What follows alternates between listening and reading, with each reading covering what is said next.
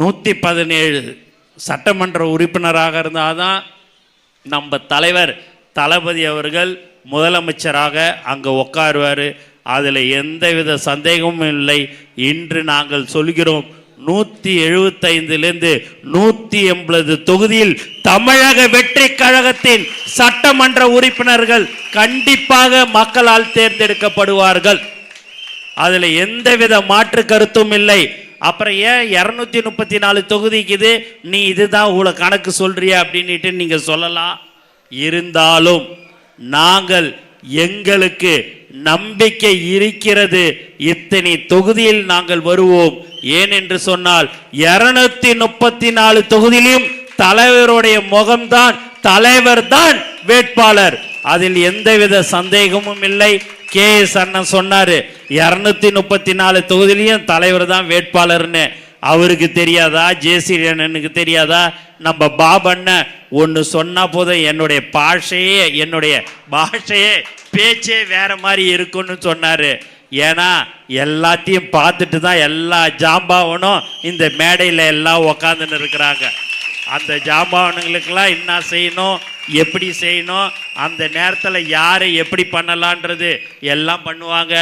உங்கள் மீது யாராவது ஒருத்தவங்கள் கை வைத்தால் 1000 இல்லை 2000 பேர் அடுத்து 15 நிமிடத்தில் வந்து தமிழக வெற்றி கழக தோழர்களும் தொண்டர்களும் உங்களுக்கு இருப்பார்கள். யாரை பற்றியும் எதை பற்றியும் நீங்கள் கவலைப்பட வேண்டாம். அவர்கிட்ட 5000 கோடி இருக்கலாம், 10,000 கோடி இருக்கலாம், மந்திரியா இருக்கலாம், எல்லாம் இருக்கலாம். ஆனா நம்ம கிட்ட நம்ம தலைவருடைய முகம் இருக்கிறது. அதை நீங்கள் மறந்துவிட வேண்டாம். அதனால எதை பற்றியுமே யாரை பற்றியுமே நீங்கள் பயப்பட வேண்டாம்.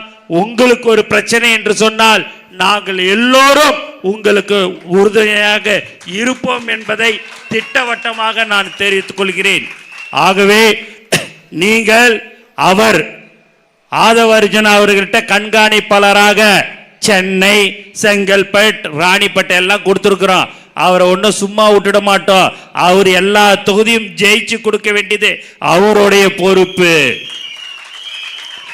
அண்ணன் KS அண்ணங்கிட்ட கொங்க கொடுத்துட்டோம், அது அண்ணனுடைய பொறுப்பு.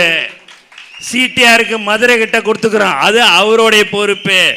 ஜேசிடி அண்ணன் கேட்டார், என்னன்னா எனக்கு வெறும் திருவள்ளூரை மட்டும் கொடுத்துக்கிற, மற்றது எதுவும் மாவட்டத்தை கொடுக்கலன்னு. அவருக்கு இன்னும் அதிக அளவில் பொறுப்பு கொடுக்கப்படும். அவரும் ஜெயிச்சு கொடுக்க வேண்டியது அவருடைய பொறுப்பு. அண்ணன் பாபண்ணன் இருக்கிறாரு, என்னடா எல்லாரையும் சொல்ற எண்ணி எதுவுமே சொல்லலையாடான்னு நினைக்கிறாரு. அண்ணனுக்கும் பொறுப்பு இருக்குது. அண்ணன் எங்க இருப்பாரு, எந்த இடத்துல இருக்கிறாருன்றது உங்களுக்கு நல்லாவே தெரியும். முதலமைச்சருடைய தொகுதியில் இருக்கிறாரு. அதனால ஒவ்வொருத்தவங்களுக்கும் எங்களுக்கு தலைவர் நம்மளுடைய தலைவர் அவர்கள் பொறுப்பு கொடுத்திருக்கிறார். நம்ம 234 தொகுதியிலையும் வேட்பாளர் யாராக இருந்தாலும் சரி, எதுவாக இருந்தாலும் சரி, 234 தொகுதியிலையும் நமக்கு வேட்பாளர் தலைவர் தளபதி தான். அவருடைய முகம்தான் வேட்பாளருடைய முகம். பிளே ஸ்டோர் மற்றும் ஆப் ஸ்டோரில் இருந்து பாலிமர் செயலியை QR கோடு மூலம் பதிவிறக்கம் செய்யுங்கள். செய்திகளை உடனுக்குடன் பெறுங்கள்.